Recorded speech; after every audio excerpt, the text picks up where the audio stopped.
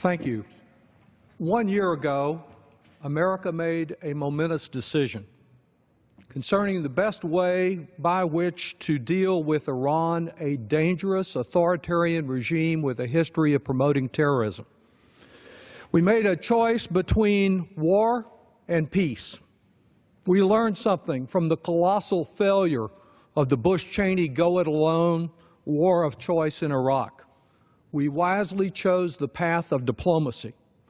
Now, 1 year after these very difficult negotiations with Iran, we should recognize that success has been achieved. And even though we have not limited every danger from Iran, we have limited the most significant danger, which is the development of a nuclear weapon. Whereas before, Iran could have developed a nuclear weapon within a few months, it now would take a year or more if Iran made that horrible decision to produce a nuclear weapon. Before the agreement, Iran's nuclear program was cloaked in secrecy.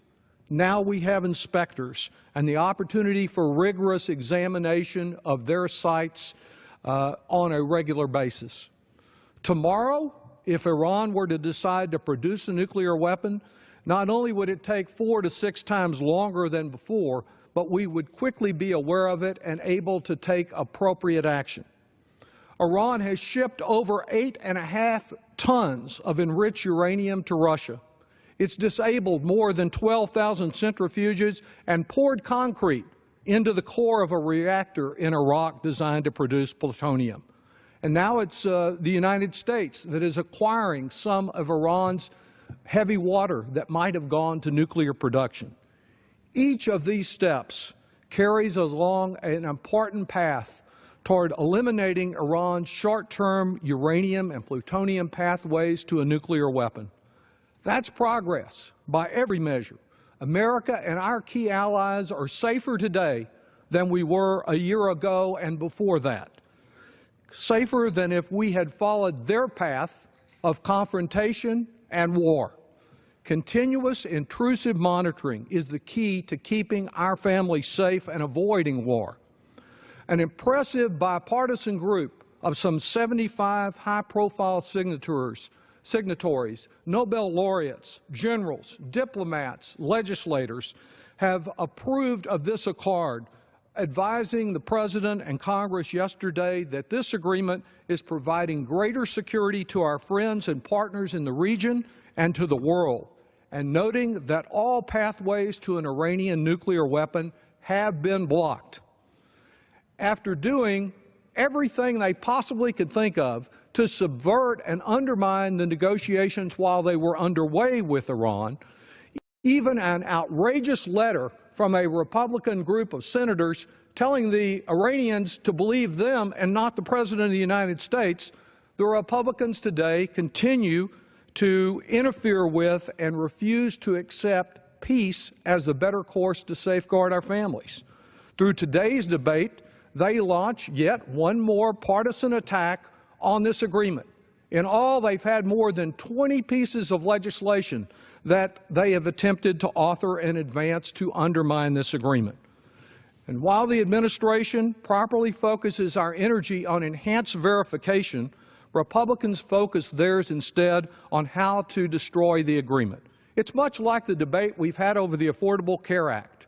All they are concerned with is one vote of repeal after another, and they offer no viable alternatives. And that's the case here. Instead of focusing on how to make us safer, their goal is to undermine the President of the United States and destroy this agreement. And as usual, my colleagues are choosing inaction over a plan of action. They know the President has issued a veto threat. In the unlikely event that this regressive legislation were to be approved in Congress, it would never become law.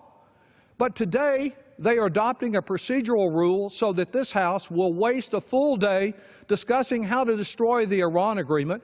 It will not address gun violence. It will not address the failure to fund the effort to research a vaccine and prepare and prevent the Zika virus from spreading.